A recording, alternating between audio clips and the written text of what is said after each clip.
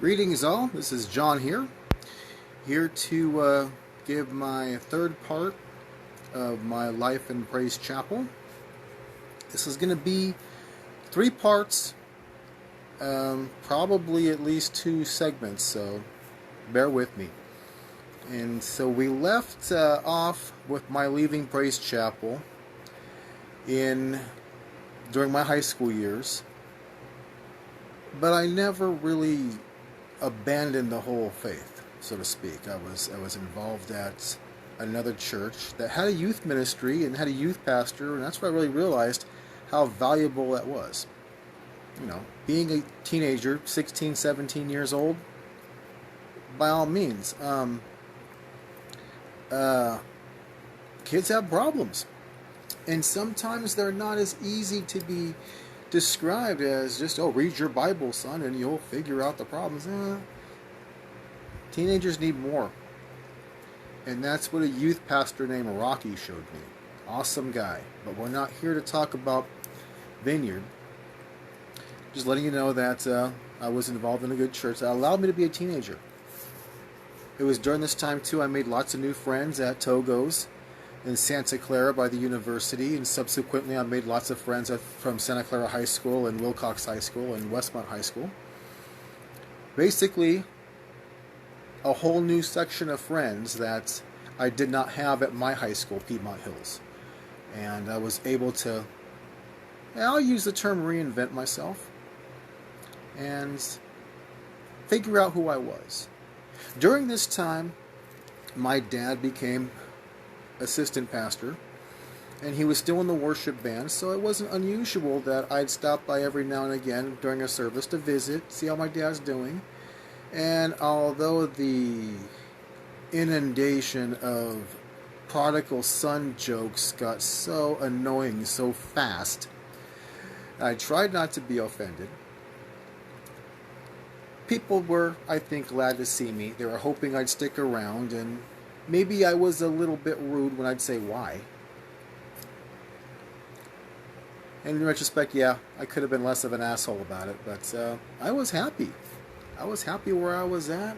I was, figuring out who I was in this world. Like, I felt I couldn't do being, Pastor Jim's son. And it was not, but I still loved watching my dad sing worship, and I still loved watching him preach every now and again. In fact, I'll share this.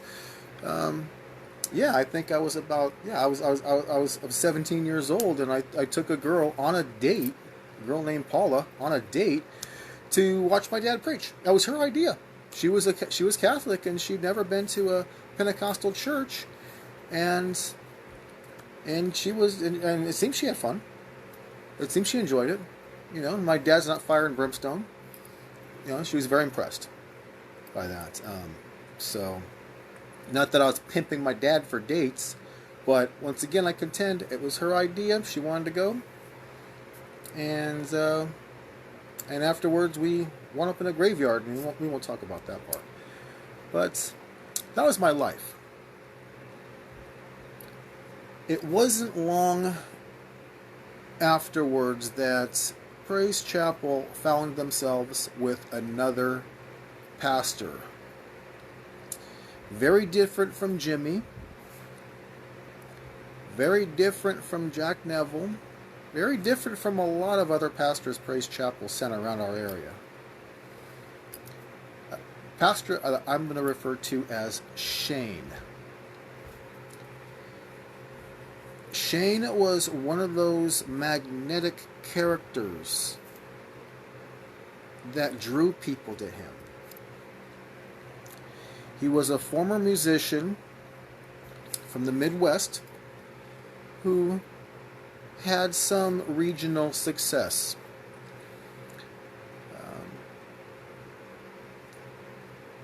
At one point in his life, he decided to become a follower of Jesus Christ. And from his testimony, it didn't take him very long to find himself in ministry.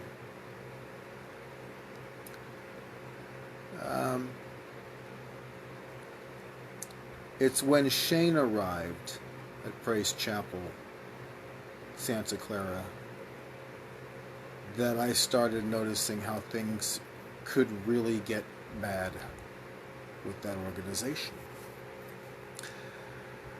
But before that, keep in mind, I was still kind of living my life. I was, no, I was being a kid. I was being a young person. Come the end of 1988, you know, during prom season, I went to 3 proms that year, none of which were my own high schools. And I'm not saying that to brag. I'm saying I was out living my life. I was out, where all the other kids in Praise Chapel were doing. I found out later a lot of them were acting more like a preacher's kid than I was actually a preacher's kid. But we'll get into that. That's expected, actually, so give them a break. Young people are going to fuck. I'm sorry. Not all of them. Not like Sodom and Gomorrah. But teenagers, raging hormones, some stuff's going to happen. And as pastors, you got to learn how to deal with it and learn how to navigate it, and there you go. Some are more successful than others, but I'm digressing. 1988, I graduated in June. I remember that night, a whole bunch of friends of mine went to Santa Cruz that night. Didn't know what we were going to do, because heck, I was only 17 years old. My best friend, was 18, but there's not much we could have done. There were some youth clubs that were around, but they were usually open on Monday nights, and I graduated on a Friday. But I remember that summer of '88. Did a lot of cruising, where all the kids hung out. Spent some time in some dance clubs. I turned 18 shortly after I graduated. A lot of time at the beach, a lot of time on the boardwalk in Santa Cruz, a lot of time there at night. Back before the big earthquake fucked everything up in Santa Cruz. And I was still going to Vineyard Christian. They had a great youth pastor there named Rocky, who helped me kind of navigate and understand that, hey, this is what God wants for you. This is God's promise for you. But I also understand I was your age once. I got hormones. I got this and that. And he was more concerned about me and the other young men, taking care of ourselves and being respectful to the girls we dated. And basically was much more of a guiding hand as a pastor than Praise Chapel's lack of youth ministry.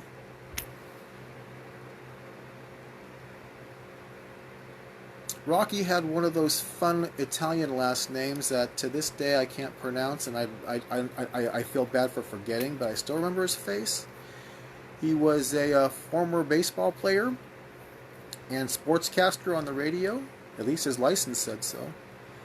And he was a regular guy. And we couldn't bullshit him because he went through everything we did.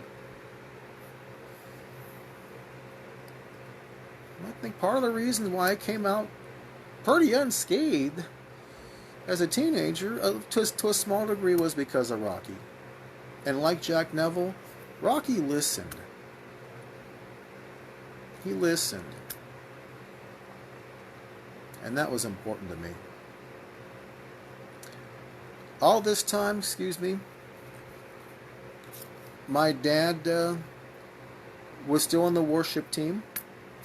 It turned out that because Shane was a former musician, he pretty much took the band that I played in with my dad. My dad kept the band going. I left, but the other 5 guys remained, and they were great. Shane took over, ousted the lead singer, installed himself as the lead singer and guitarist. And if the church had a spotlight, there would just be one, and it would be focused on Shane. My dad loved playing music with him, but he bumped heads with him. because unlike Jimmy, who did his best to try to relate using his own experiences, and unlike Jack Neville, who had 50 years of dealing with people and knew how to listen, Shane pastored a very different way. Like I mentioned, Shane was charismatic. He had one of those personalities that just drew you right into him if you weren't careful. He had that smile and that look that he'd look into you, figure out what you're made of, what makes you tick. He always said he loved you.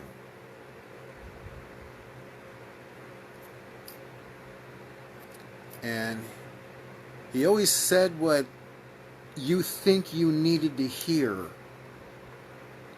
But all the while, Shane was very manipulative. That's why he'd make a great used car salesman. Over the pulpit, he preached like he was preaching to an audience he was performing for. He spoke a lot of his days as a musician,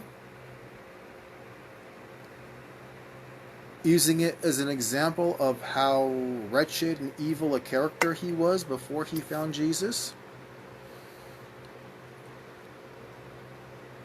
But now that his life is devoted to Jesus, that's his focus, and he was convinced that God put him there for that flock. Shane was never one to tell you not to do something. Shane was never one to tell you what to do. Shane had a really interesting way of manipulating you to think you found the answer yourself. But in reality, what he was doing was, he's doing what a lot of people who are in abusive relationships and have control over somebody else, or even ways where the military in basic training strips somebody of their identity in order to create a soldier out of that person. Shane had a way of eroding somebody's decision-making faculties. And here's how he did it. Someone comes to Shane with a problem. Shane does his usual thing. He already knows the person. He's already gotten to know everybody and knows their weaknesses, knows where they thrive at, knows where they're weak at. And of course, he attacks where they're weak.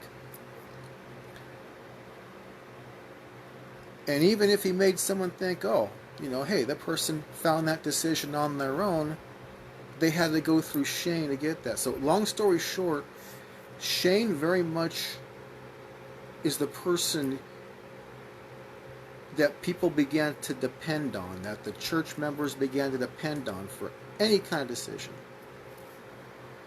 I remember Shane making comments. I was there on it was a weeknight. It wasn't even a church service. I think I was helping him move something for all intents and purposes. I was there working. He pulls me aside and says, hey, they called me Max by this point. He's like, Max, I love you. I love having you here. And you're valuable. But can you please not wear jeans with holes in them? Okay, I conformed. And after a while it was, I'm Max. I love you. We love having you here. But we'd really like you to wear slacks on Sundays. All right. And it was little things like that. And eventually that kind of manipulation got me into assisting the worship team by tuning their guitars, which I was pretty damn good at, and I can get done pretty quick. So that was my deal every service. Make sure all the instruments were tuned up.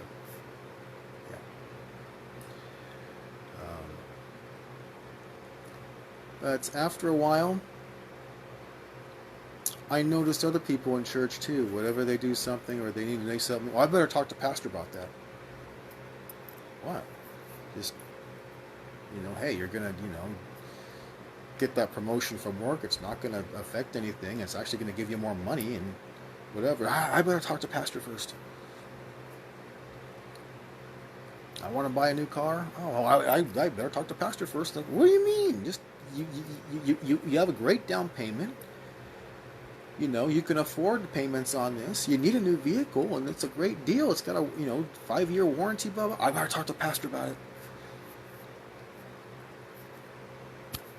I think you see where I'm getting. Maybe I was just too stubborn to deal with that very much, but wow.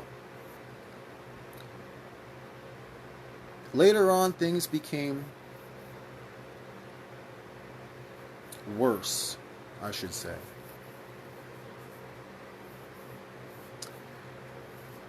I remember over the pulpit he told people that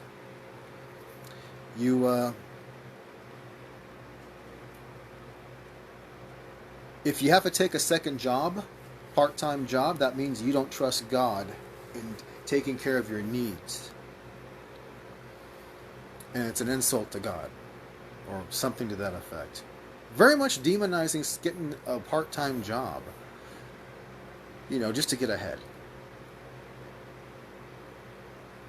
Where my standpoint was, well, if someone's in a financial jam and they're, looking for a new job is not practical at the moment, getting some part-time job where you're jocking a cash register for 12 hours a week, 3 nights a week, from 6 to 10 on non-church nights, I don't see the big deal. I see it as if God's putting this in your way to help you, but no. And there are a number of people who struggled financially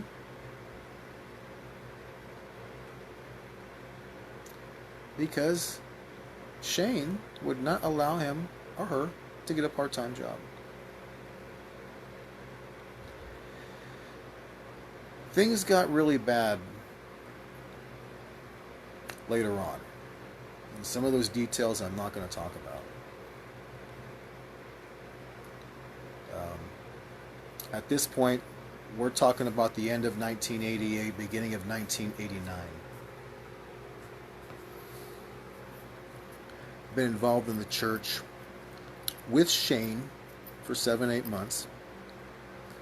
And I felt, I was manipulated into being his, his roadie, his backstage, whatever. And I was like, that's not what I'm here for. That's not what I'm here for.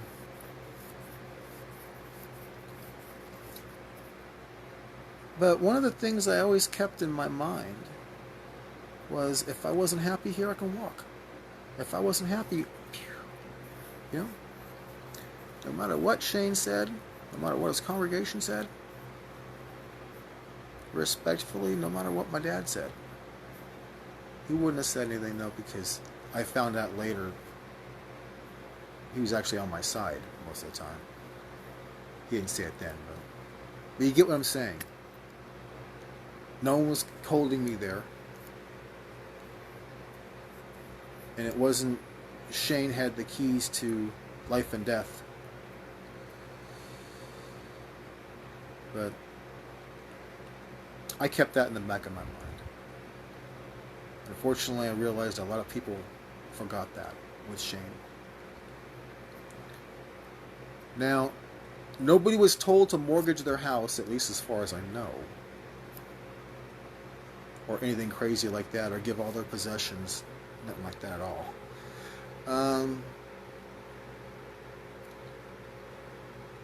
But one of the things that really bothered me, and it bothers me to this day, that somebody would do this. There was a young couple getting married.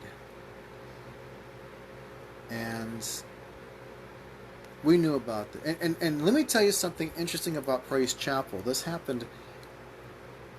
I saw this happen numerous times, where a young couple in the church, they go on one date on a Wednesday,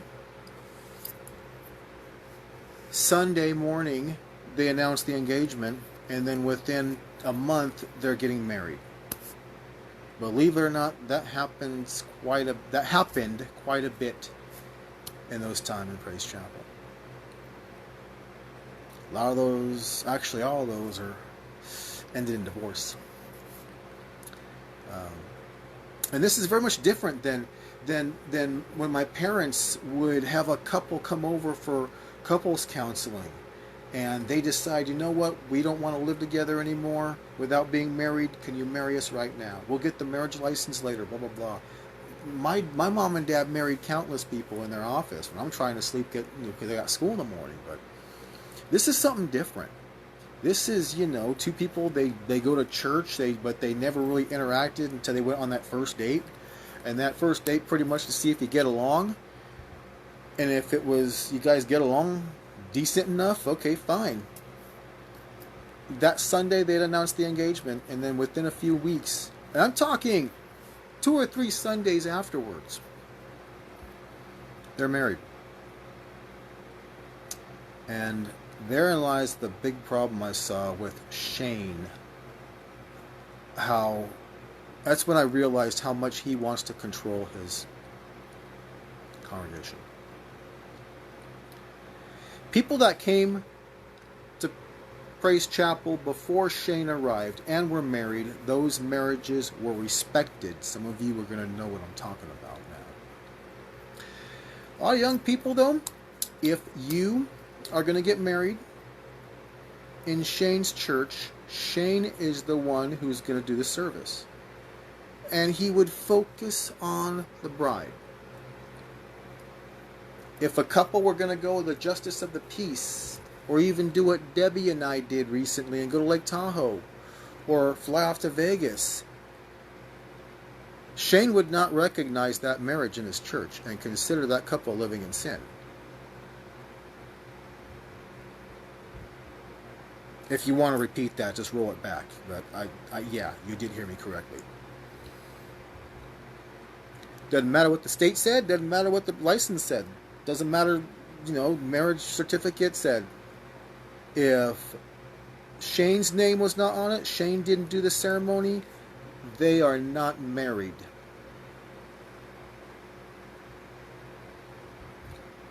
And here's the part that bothers me the most. Shane, over the pulpit, he told people, I do weddings on Sunday morning.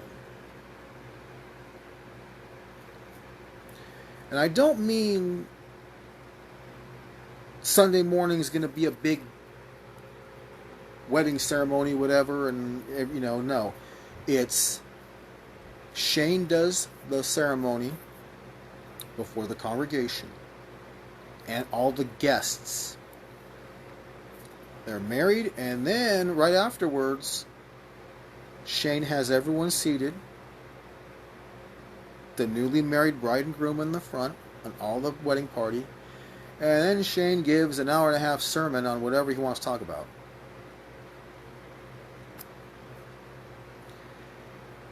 Some people would say, hey, well, can we do the wedding on Saturday? And we'll be there for the Sunday morning service and stuff. And Shane's like, no, I do weddings on Sunday. And if you want to, I'll say it. If you want to stay in this church and be married, you are going to get married by me and only me on Sunday. And we're not going to cancel service for your wedding. Your wedding is going to take place during my service.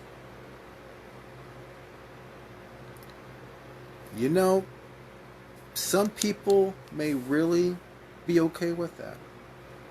But I honestly think people should have a choice. People should have a choice. And to not have your marriage recognized because your pastor didn't do it, that's when I realized something's seriously wrong with this guy. Something seriously wrong. Now, at a certain point after that, I mentioned earlier Young people. Young people are going to fuck. That's just what they do. It's just what we did. You know, it doesn't mean everyone, you know, like I said, it doesn't mean it's Sodom and Gomorrah, but kids are going to pair off. I'm sorry. Not all of them. But some do. And one couple of kids did. And the funny part is, I knew about it. A lot of people knew about it. And somehow Shane found out about it.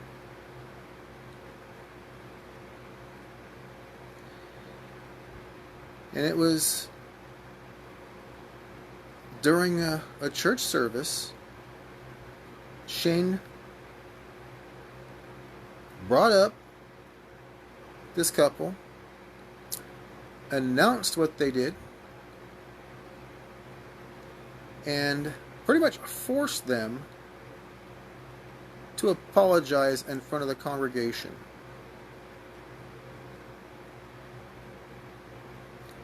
I don't even know if there's a legal bounds where that young couple or their parents, if they chose to, could have sued in one way, shape, or form. Because what this young couple were doing, for all intents and purposes, had to do with only them and God.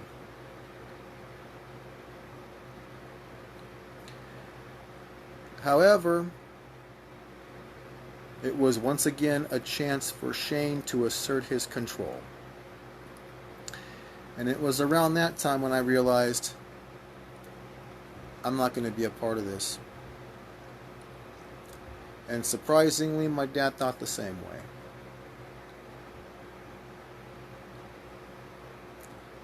It wasn't long afterwards that they saw less and less of me at Praise Chapel. I was ready to start college and explore the world. See what the world had to offer from a college level, college perspective. I didn't need, nor did I want to be part of something like that. I mean, there's a multitude of ways that situation could have been handled discreetly, but not to make an example. Afterwards, my understanding was young people, if you're single, you're not to ride in cars with another single person by yourself. Now, I understand the rationale, because that's how these two kids got in trouble. But kind of drastic. You're telling your congregation what they're gonna, who they're gonna drive. Someone needs a ride home. You can't give somebody a ride home if they're the opposite sex and they're single.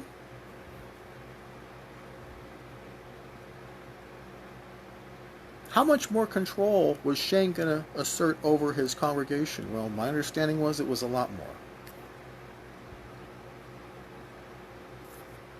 There's a point my dad had his own church in another part of the valley. Unfortunately, due to finances and how much the church was bringing or not bringing in to keep itself above water, that church had to be kind of absorbed by the Santa Clara church. And keep in mind, my dad kept his full-time job while full-time pastoring. So he was doing double duty, and he was not drawing a salary. But Silicon Valley, back then it wasn't that expensive, but my dad had a good congregation of a small storefront church for a while. Had about maybe, 20, 25 people there. I'm just guessing, it was years ago, but that church got absorbed by the main church in Santa Clara. And upon that happening, Shane instructed my dad to tell his congregation that they now were Shane's congregation, and they were not to approach my dad anymore as their pastor, because Shane was now their pastor.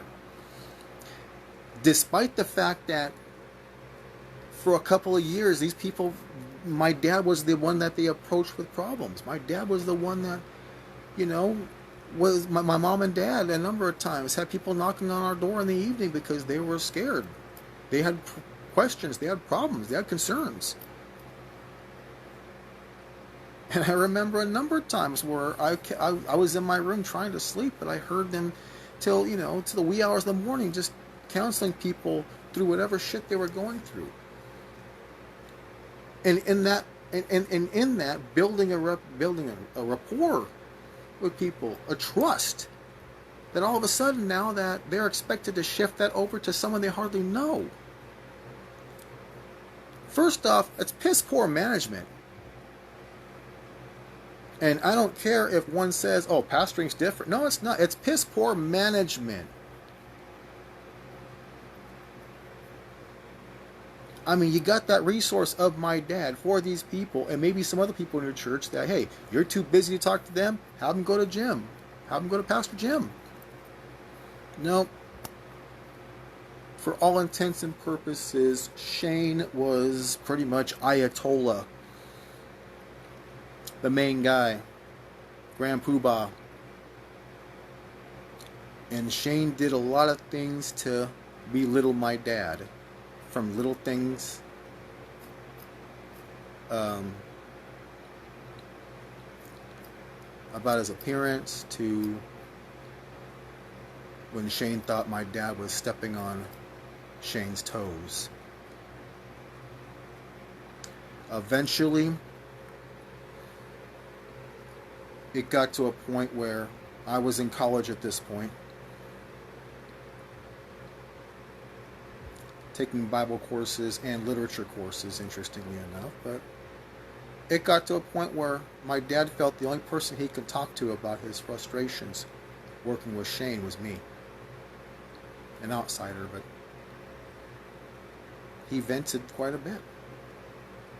Eventually, my dad was the Praise Chapel in Southern California, the main operators put my dad in another church, and I don't know if Shane was asked to leave or was kicked out. All I know is Shane was no longer part of Praise Chapel.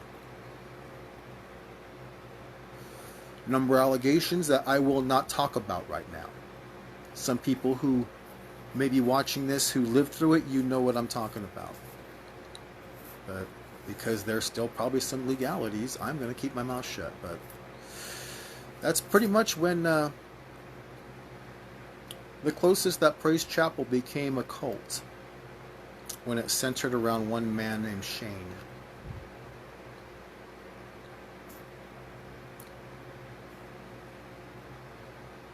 And over the years, I've ran into people who were part of that. Ironically, all of us still have our faith to some reason. I ran into a couple of old friends. One guy used to play in the worship band with me, and the other guy was kind of very much a big brother to me. He introduced me to jazz fusion, Return to Forever, Weather Report, that kind of stuff.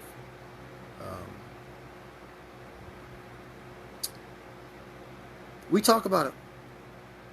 They really don't have anything nice to say about Shane, based on what they've heard, based on their experiences.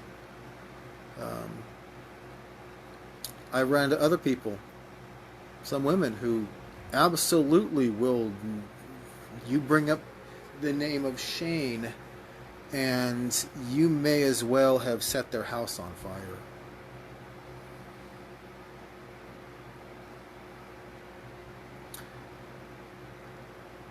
And there's some people I've never spoke to, but I was unfortunate enough to see the paperwork.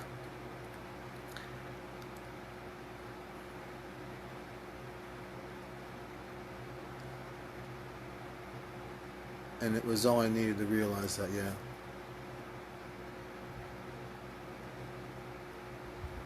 During that time, Praise Chapel was very much on the way to becoming a cult. Eventually, The door's shut down. Shane moved on to another state. Yes, I know where he is. I'm not going to say where. I don't care. Because unfortunately, I see it as unfortunate, but whatever. Some people out there, by all means, they need people like Shane. You and I, who like to think for ourselves, who like to make decisions for ourselves, who like to have our faith or whatever faith, whether you're Jewish, atheist, Muslim, Christian, whatever the case is, you still like to think for yourself. You and I would look and say, why would people even go to someone like Shane? But Shane's still out there. He has a congregation. He's doing what he does because some people seem to need it. That experience did haunt me for a number of years. But eventually I came to reconcile with it. And part of me is glad I went through it. So, I know I said this third part's going to be more than one part, but I think I said everything I needed to say. So those of you who are watching any part of my 3-part series here, thank you. It's mostly for me to get this out, but also maybe someone out there can learn something from it. Who knows? But I do thank you for watching. Stick around for all my other little or big topics I want to bring up on the John Viduya podcast. And hopefully in the future I can get some people to interview or just get some people on the horn and we can talk about whatever we want to talk about for an hour to whoever wants to listen. Take care.